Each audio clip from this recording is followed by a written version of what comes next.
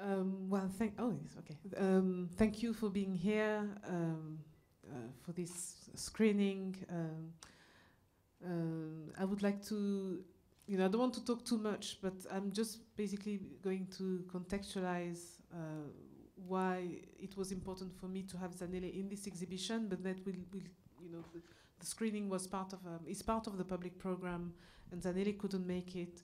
And it was important for me to have someone she suggested you to come, and I was also really interested to have someone from Inkanyiso to show this sort of collective voice that needs to be put in the forefront. And so we're having Sassia from Amnesty International. So we're going to I'm going to let you talk basically, but just really a bit of background, because that's also what I was explaining yesterday in French during the artist presentation. I can't actually remember at one point I got acquainted with Zanele's work, but we were together in 2009, I think, or 2010 in residency in France. And that's some of the images that you will see in the exhibition I exhibited after the residency she did in France. As a curator or as a researcher, I've always been interested in the black body, and I grew up around South African exiles who lived in France in the 80s. And my take was that there was this sort of dichotomy between the white body and the black body, and there was a sort of, actually it's mentioned in the film, homogeneous, black voice. So at one point in my practice, my sort of struggle was to sort of have the black body, black artists recognized in the art world.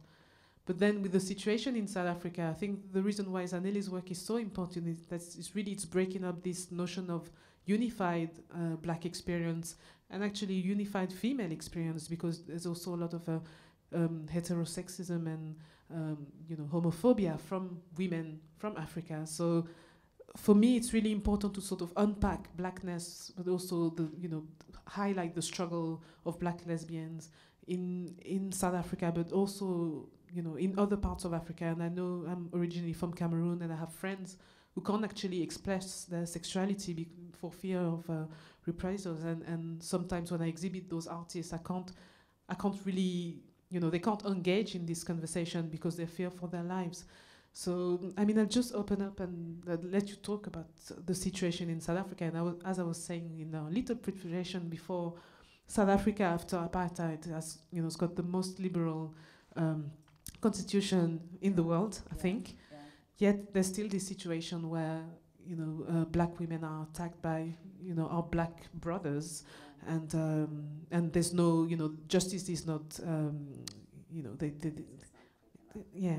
Well, I'll say first, our condition in South Africa is very, very unique, in that as we battled apartheid, we had characters like Simon Ngoli, who were, a black queer man, very active in the struggle. So in actually forming the constitution, the queer voice was already, it could not go unacknowledged.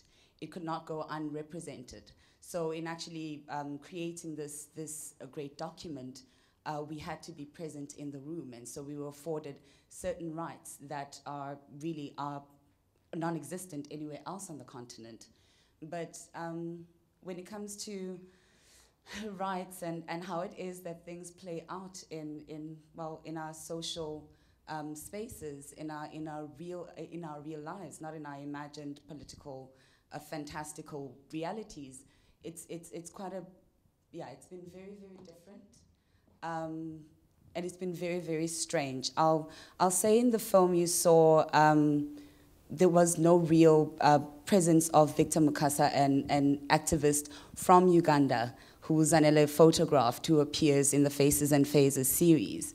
Victor Mukasa was expelled from Uganda for being a transgendered activist. He now lives outside of Uganda. He's in the United States. He lived in South Africa for a while. And just that idea of being exiled from your country by virtue of your sexual orientation, your gender identity. It's quite absurd. But that's Zanele's work and how I think it translates and has, I think through her mobility, you know, the very idea that she's not here tonight, she's out there, you know. she's coming into contact, I think, first with Faces and Phases, and with her first series of work, she was really just looking at the South African reality. I know that in the film she stated that it was a matter of looking at images that were created of women in South Africa and not seeing herself, a black lesbian, anywhere in the media. And so it came from that little fountain of, well, if I'm not there, then where am I? And from that, obviously moving within her whole, her first community, which in Johannesburg was a very lesbian, you know, very activist community, and capturing those faces and those relationships and projecting them in gallery spaces. And then obviously with time and with some support, and I'm glad that Gail actually in the film mentions that Zanele is one of those people who I think at the time of the film, I mean, her life has changed dramatically since the time it was filmed to today. She lived 10 years of just like working literally from the pocket to the community and back, and no real support from anywhere. So just for her moving outside of South Africa and finding other black queerities in the diaspora, and finding that, no, we really don't exist outside of just our private spaces. You know, that became a problem that she thought, wait, I can actually answer this, or at least in not answering it, it's a question that I can pose in a much more global space, you know? Where are we if we're not out there? And yeah, I don't know where I am with this anymore, but yeah, yes. Okay, so Sassia, I mean, we'll continue the conversation, but can you tell about, I mean, from your own perspective, what is it that you're doing with Amnesty, or have you been involved with cases in South Africa? Yeah, so Amnesty is working on LGBT rights, LGBTQI rights, and yes, because of the situation in South Africa, because of the situation of lesbians in South Africa, Amnesty has done a lot about all the cases, tried to do a lot about all the cases. The last one that we work on was Noxolo cases, which was never solved. So she was murdered and nobody did something about it. So we tried a lot to put a pressure on the government to improve the situation. But I am under the impression that it's not improving. And I am very interested in your take on what? Yeah, on it, because I was reading still this evening, and I was thinking nothing is going better. I'll say also quite strangely, watching the film, I was hit for the first time that in the gallery, when Zanele has those women in the gallery spaces in 2012, one of those women in the gallery no longer is. She was killed around the time of the World Cup in June 2012. We spent about a year. Her case has been resolved. I mean, a neighbor raped her, chopped her up into bits and pieces, stowed her in a bottle or in a jar in his house, and he looked for her. When everybody was looking for this lost child, he looked for her. But she, from the film, just she is no more. With that particular case, it's at a complete standstill. Very little. I think the real dissatisfaction, the real tragedy with hate crimes in South Africa, specifically,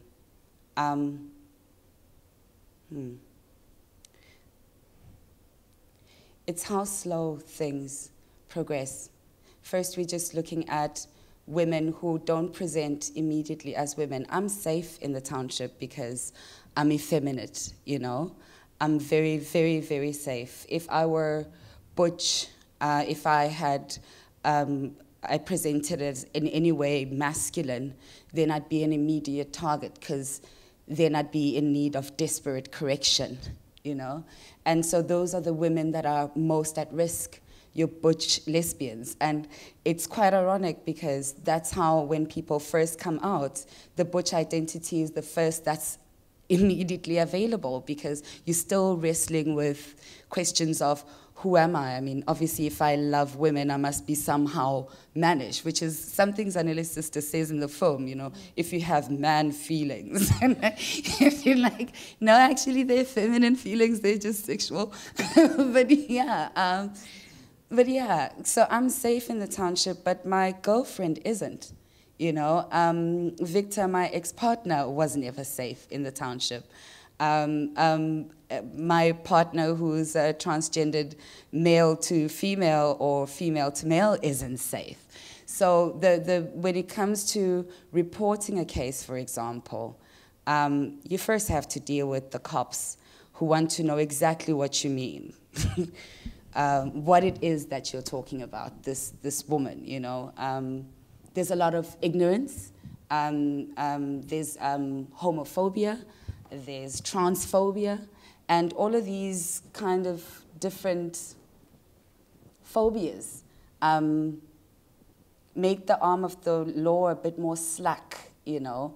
They make justice a bit slower in the coming. They delay things, and before you know it, the case is long forgotten, which is why the face of Millicent Gaika in that film, I think, was a very important face to have on, because nobody really is ever there 5 minutes or the hour or the day after a woman survives a corrective rape.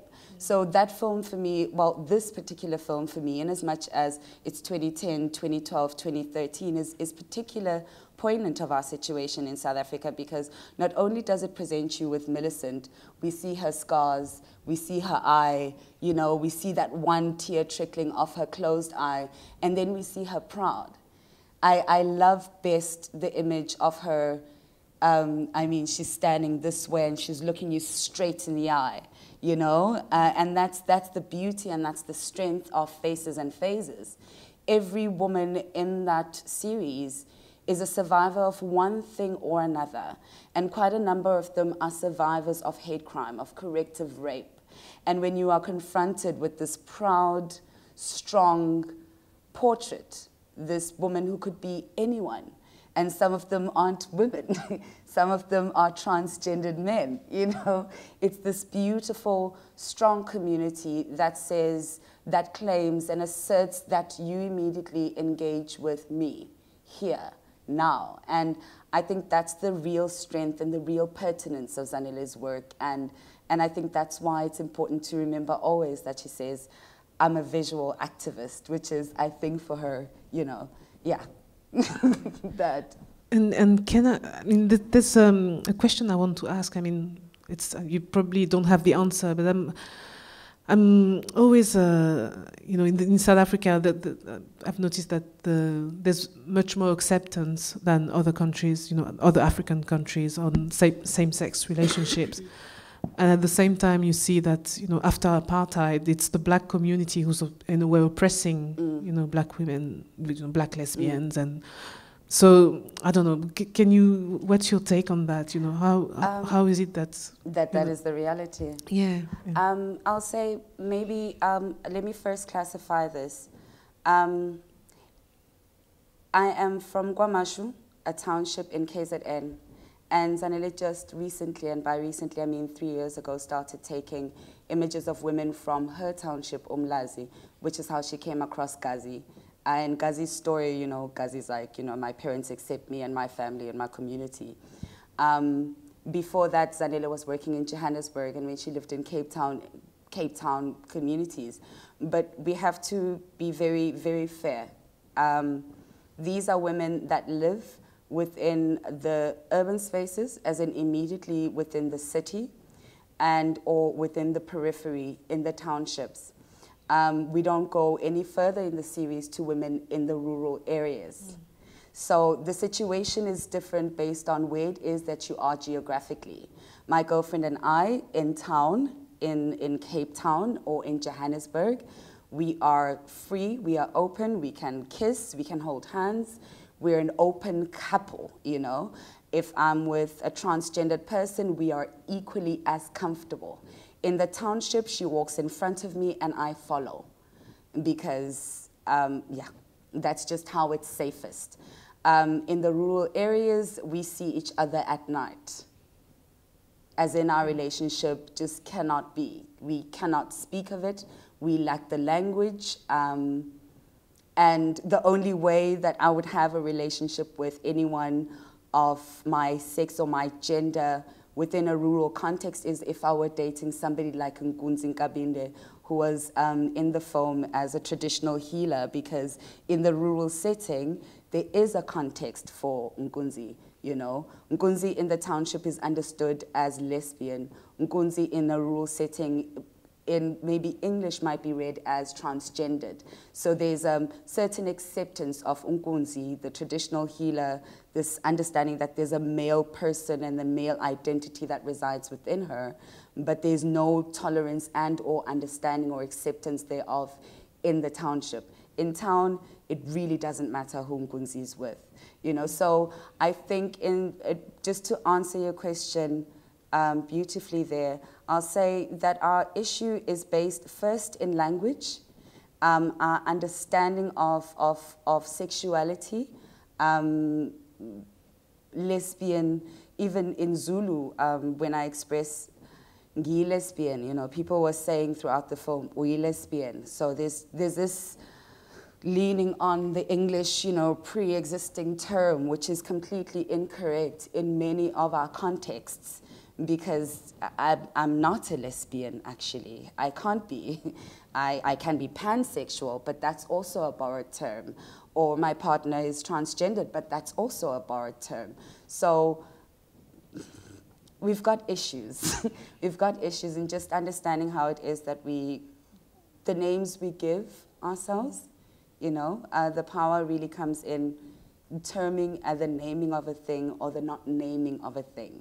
So if we don't call it by its name, it's not poisonous, it's not dangerous, it's not, it doesn't threaten our masculinity, our power as men, you know. But once we give it a name, now we're forced to engage with it. We're forced to acknowledge the fact that it exists. We're forced to weigh our power against that of women in our space. So that really is where South Africa, when it comes to sexual violence, hate crimes, and homophobia, and even transphobia is situated. It comes down to language and the economy of language.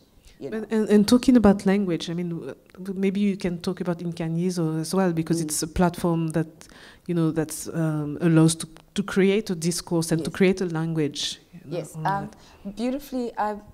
I'll say it's important when the one thing that the film kind of skittered over is Zanele's first real engagement with, okay, a South African lesbian reality, black lesbian reality, was through FEW, an organization that she founded in early 2000 with an ex-partner of hers, which is the Forum for Empowerment of Women, an organization that exists today in Johannesburg. And FEW really was about creating a platform for engaging with, well, black lesbians from within the city of Johannesburg. And yeah, opening up discourses on, yeah. But anyway, from Inkanyiso, and then obviously her working as a photographer and moving around and so forth, she felt, and I think it also was part of this film and the questions that this film posed to her as, wow, I've just said I want to do this, you know. Maybe when you think of the couple that lives under a bridge in Cape Town, she says, I want to do something, you know, I just don't have the means. Yeah. I don't know what to do, you know, for this couple. And it's, the beauty of the World Wide Web is really if you have access and a bulk of your community is active on Facebook and Twitter, you really can start a cyber connection and a cyber conversation and have it projected globally and have it live past just that moment in which the content was generated. So that's where Inkanyiso as a platform comes from. On a Zanele, well, I can't afford to do anything bigger, but, well, yeah, but I can afford to do something indelible, you know, and impressionable right now. So Inkanyiso came out of that. It's basically a platform that allows for various voices, lesbians within South Africa from all over really the country. People give in poetry, they report on events in and around our communities.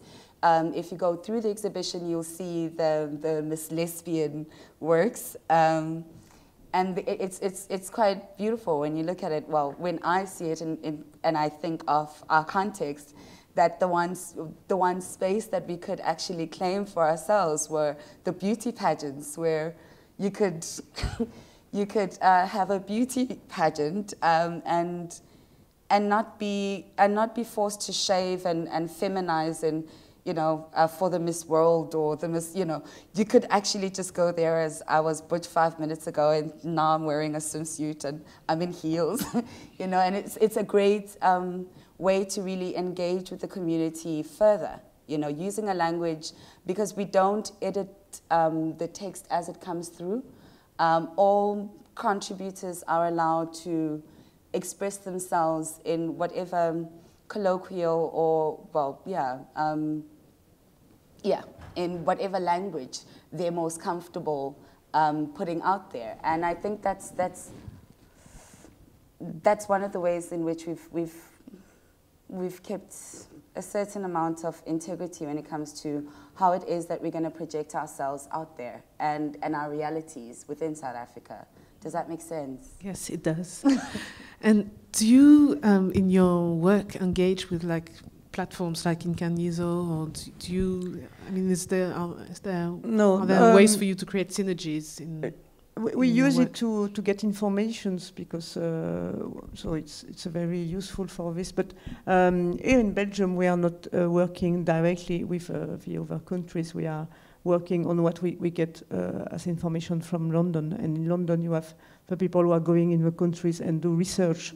And that's how Amnesty is working. We go, the researchers, they go in the countries and they talk to the people who are living the situation, and they bring back the information, and we try to inform, to inform about the situation, to make the people sign petitions to make the world aware of what is happening in the countries. So that's how it's working with.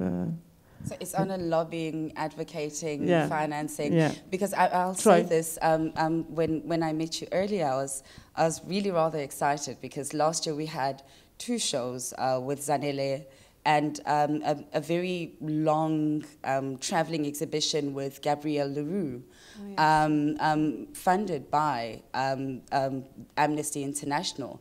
And with quite a number of the works, I mean, I said the Forum for Empowerment of Women, quite a number of those programs would not be possible without, you know, support from Amnesty International, whether it comes down to actually giving in cash in a tangible sense, and or rousing other voices and activating activating manpower in other areas. So yeah. I mean, talking about that, I nominated Inkanyiso for this Visible Award, but you were shortlisted. But you know, they gave the money to someone else. But when I put Inkanyiso forward, I said that for me it was a very important platform, because it could also, I mean, lesbians from other parts of Africa could also engage with it. Yes. You know, and I mean, how do you think you know, one could engage, or is there an attempt to sort of link up with other? I know that Zanele is doing that, but is it something that we can push forward? Yes, definitely. It's not just, well, at present it's been works from and a presence from South African-based lesbians, but we are getting contributions from other sources. We really do need as many voices as are out there active as possible, because in the same way that I said earlier on, Faces and Phases was just a work that was relevant and built in within South Africa, it's now become a very Africa and the diaspora kind of a work. So in the same way, Inkanyiso needs to actually, well, germinate the same kind of seeds in other spaces. So yeah, people can go on the blog, engage with I've just said yeah 6 times. Okay, I think maybe we can open to the floor if there are any questions in the room. There's a microphone over there.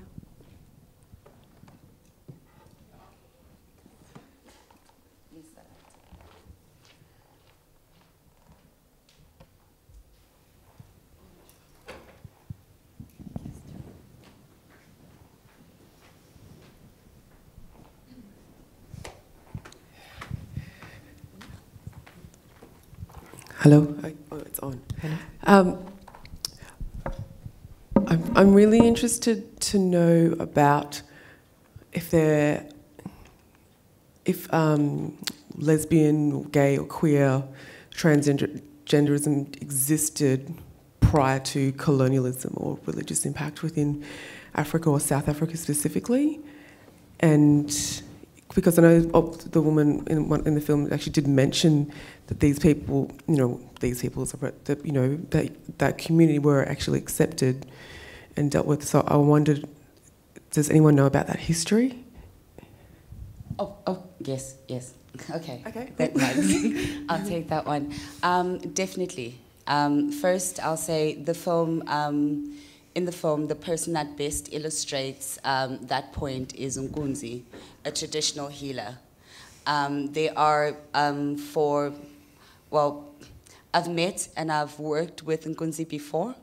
Funnily enough, Nkunzi works as a guide at Constitution Hill in Johannesburg. Nkunzi is an example and the best example because in her role as a traditional healer, we have, and I think this exists within the Nguni culture first, because Nkunzi speaks first in Sesotho. That's the language that Nkunzi uses. That's the language Nkunzi was raised to speak.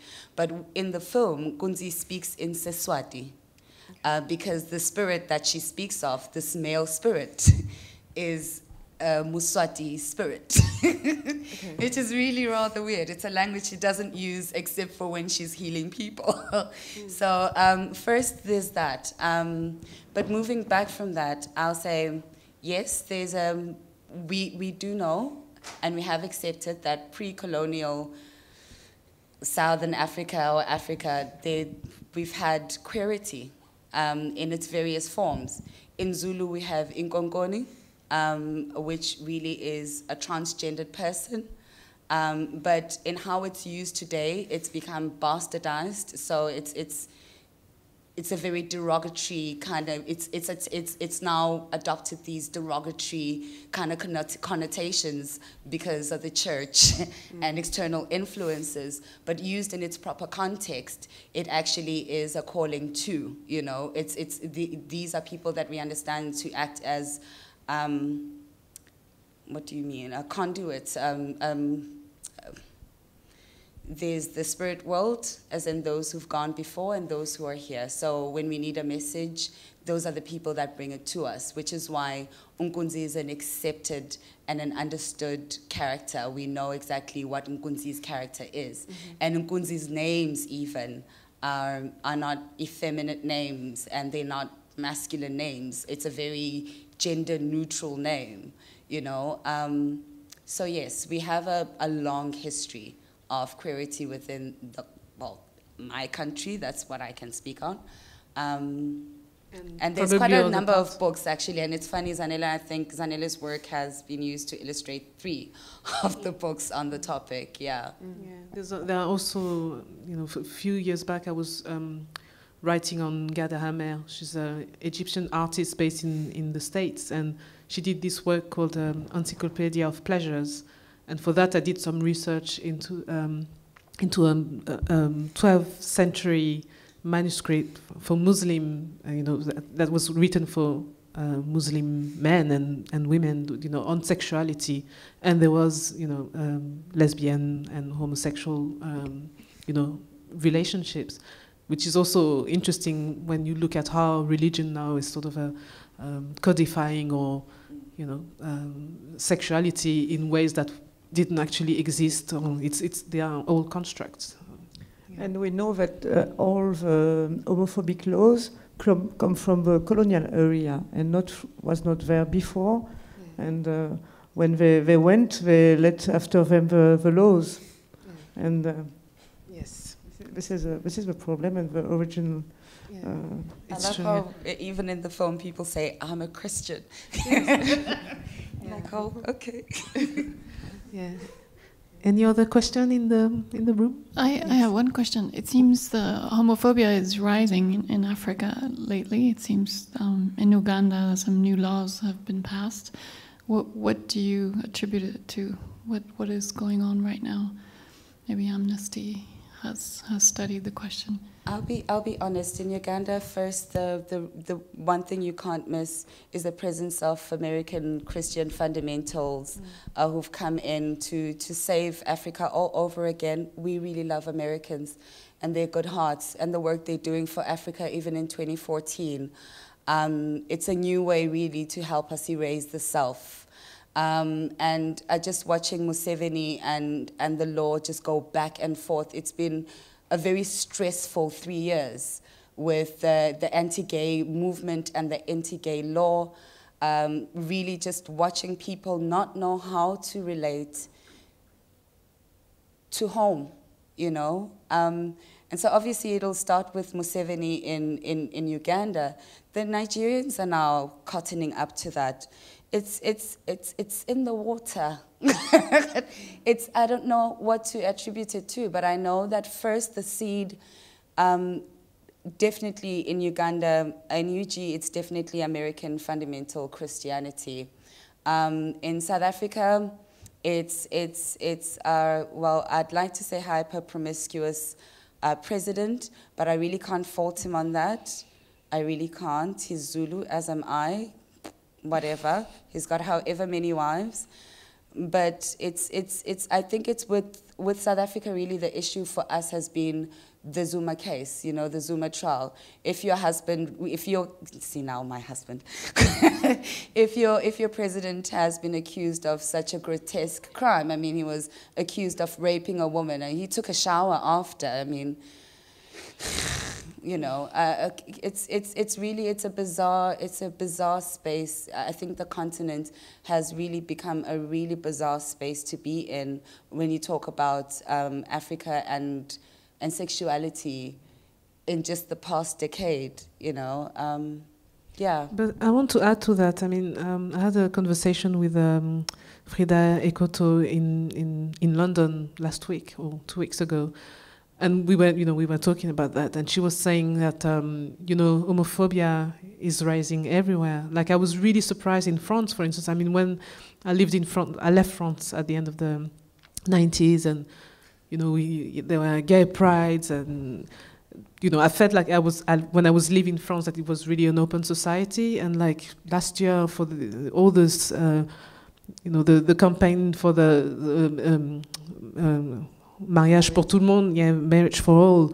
I mean, all this homophobia that sort of suddenly, I don't know if it's sudden, but like it was really surprising that a country like France would be so homophobic. You know, maybe not the majority, but it was quite surprising to see that with the, you know, the rising of extremism, you know, right-wing extremism. So I think it's, you know, there is this situation in Africa, but I don't want the West to sort of, feel like they're more tolerant, and you know, it's still, you know, it's still a struggle and for equality.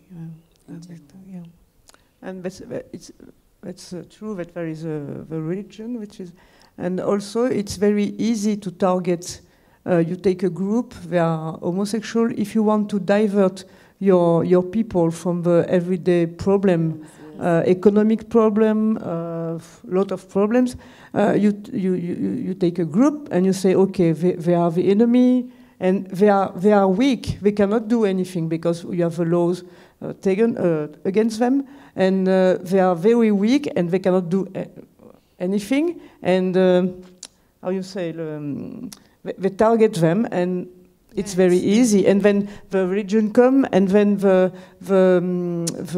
papers, they can make money on it. All the papers that put lists of homosexuals, and they made money on it. It was only this, and then the government can own it, and it's just like a very easy thing to do, and they go on and go on. But the problem is that the violence in the society goes up also, and you have more and more murders, and we know David Kato in Uganda, but we had someone else now in Cameroon. So yes, this is a really very big problem, and it's going up and up. I don't know. Yeah.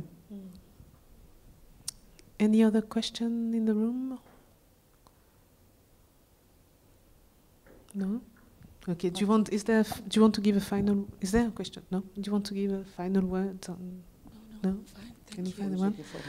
Well, thank you. Okay. So thank you for being here. I don't know if there's a football match this evening, but thanks for being here for this.